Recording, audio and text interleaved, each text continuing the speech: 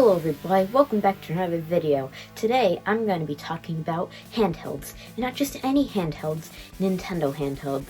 And we're going to be talking about handhelds in this video on handhelds. So everybody knows handhelds are supposed to be portable and used outside, although I feel like 99% of the time nobody ever uses them outside because of glare and whoever goes outside. I mean, I sure don't. I just sit around and do live streams all the time. But anyway, today I'm going to be talking about Nintendo handhelds. We're going to see which ones are the best.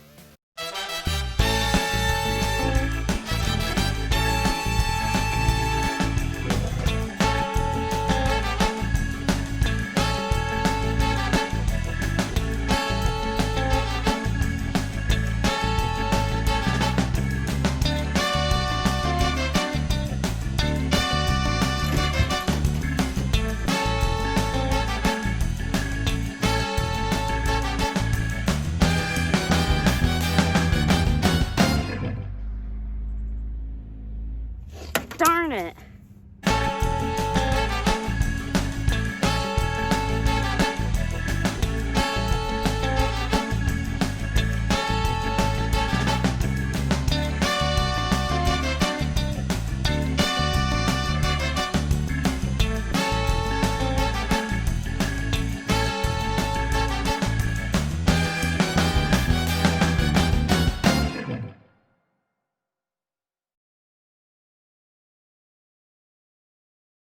What do you mean, Tolsky? You want me to make an actually high-quality, high-production value video? But look at this. I'm literally 2 levels away from beating the game. Seriously? You want me to make a good video? Fine. It'll make them stupid viewers shut up. I'll make a video on handhelds. That'll be great. Yeah. Let's get all of them and make a video on them.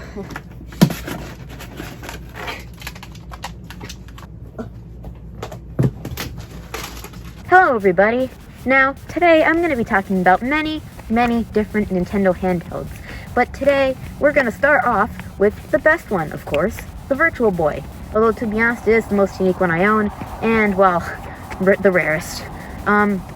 So anyway, the first one we're talking about is the Virtual Boy, as you can see. And, well, let's just say it's going to be slightly hard to review. So I'm just going to make it simple. This thing is not very good for outdoor use at all, and I wouldn't recommend it. In fact, that car behind me could kill me at this very moment. So probably just don't stick with the Virtual Boy.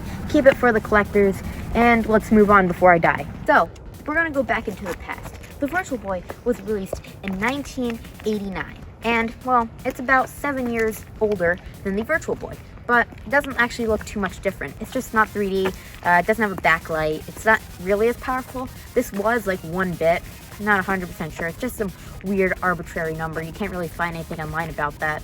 The Virtual Boy was 32 bits, but it was used up a lot by the 3D. The Game Boy is a pretty nice console. The main reason it was successful was actually because it was really cheap, because the main competitor at the time, Sega, who had the Game Gear and the Nomad, their consoles, well, failed just because they were like $300, over twice the amount of a Genesis Model 3 at the time. But the Game Boy, it was really popular for the one reason. It costed $89.99 in 1990, which was a year after it was released. It costed $100 originally, but that's okay, because it's a pretty cool handheld. You know, you can play it around your friends. It has a nice screen they can watch. The only problem really is that it doesn't have a backlit screen, but that's good for the outdoors because you can see it better, except for glare, which is kind of stupid, but doesn't matter. Very good for outdoors, very good for talking with your friends, and I'd 100% recommend it in 1990. It hasn't held up too good, but that's okay. You know, I mean, it's pretty good, except for the fact it's old. On to the next system. So, the next console is the Game Boy Advance. It's a pretty cool console, if you ask me. I have lots of games for it, and that's the main reason why. But, the main problems with it were that it wasn't quite as portable. I mean, it was pretty portable, but I don't know, people seem to not like how long it was, which is stupid considering the Switch is like, what, this long or something? The Game Boy Advance is a whole rehaul, or whatever you call it, rehash, rebirth, imagining. I mean, that's what they say for movies, but you get the point. It was a completely new console. The only problem with this thing is that it has a horrible screen, and it doesn't even have the best refresh rate, although it actually is better than the next consoles, which are the Game Boy Advance and the Game Boy Advance SP. Well, this is the Game Boy Advance SP. You get the point. The Game Boy Advance SP I also don't have because they actually fetch for very high prices, because there was one Game Boy Advance SP that, well, it was the 101 model, which had very good backlights. And basically the Game Boy Advance SP, put a picture up of it. It was like a 3DS, you know, it had the same, you know, amount of buttons, and it was the same thing as the Game Boy Advance, but it had a folding screen, which is cool, and made it smaller. And the only problem with it being smaller was that it was less comfortable. So that's why some people with modded screens on this, you have a backlight, have it be okay, but they're never that good, you know, to make the perfect Game Boy, which is really cool. But, you know, so pretty cool console. Oh, you can't really do too well with it just considering the screen. I'd recommend playing it either modded with a better screen or on a console, but, you know, it's still a pretty cool console. It's about as powerful as a Super Nintendo, about 16 bits. And, you know, I recommend it good, or whatever people say nowadays. Now we're going to talk about the original DS.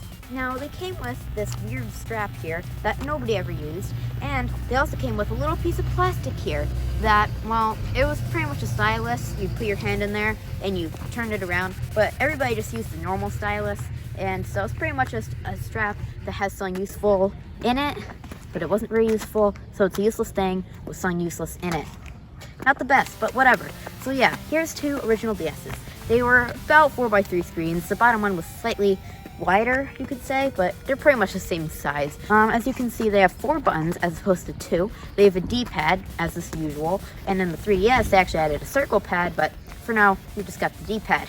And if you look in the back, they actually have 2 back buttons. On the later ones, some of the better DSs, the 2DS actually didn't have the second one, and the 2DS XL didn't have the other back buttons, but they were never used for anything, really. Maybe 1 or 2 games that only would work on the 3DS. But anyway, so yeah, it was a pretty cool console, had fun games like Nintendogs, you know, it was pretty powerful for the time. Who knows how many bits were in it, because nobody cared about that. They just cared if it looked smooth or whatever. So yeah, pretty cool consoles. I don't have many memories with them, or don't even really like them too much, but they do have a lot of games, and I mean a lot of games. And not all of them are good, most of them are shovelware, but you know, that's okay.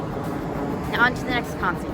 So the next console we're going to be talking about was released after the original DS. Yes, you heard me right. A Game Boy thing released after the original Nintendo DS, which I should say has Game Boy Advance support. And don't say, oh, well, this has Game Boy Color and original Game Boy support, because it doesn't. It just has Game Boy Advance support. But that doesn't really matter, because for the collector today, even though they are pretty expensive, they're pretty cool, because it's a Game Boy Micro. And if you want to know something about the Game Boy Micro, it's very micro.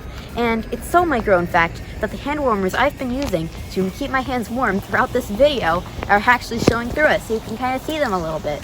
Isn't that fun, huh? And now you may say, well, this thing sure is pretty small, but you know, it can't be that good, right? It can't be that high quality, especially considering the fact that in 2007, this thing only retailed for $99.99. Well, I have something to tell you, yes, you viewer. This thing is made entirely out of metal. It feels really solid, weighs more than the Game Boy Advance, I'm pretty sure, except for the batteries. The batteries, like, you know, disposable batteries actually weigh quite a bit. Rechargeable batteries actually don't weigh that much, believe it or not. And like the buttons here, the start and select, they light up.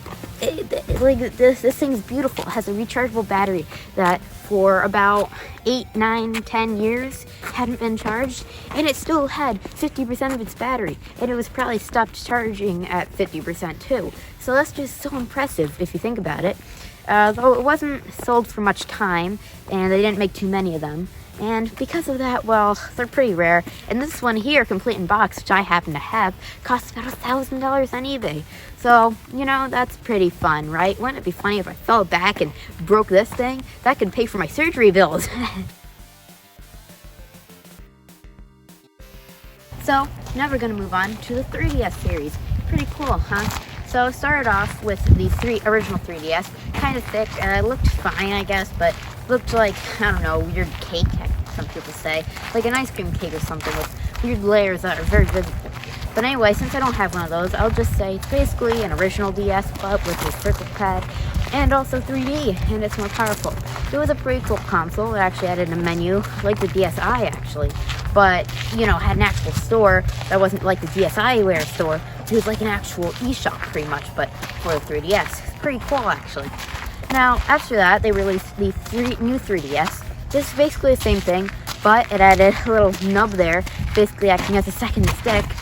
Slightly bigger screens. It has amiibo support, and yeah, that's about it. I mean, not much changed, although it actually was higher quality.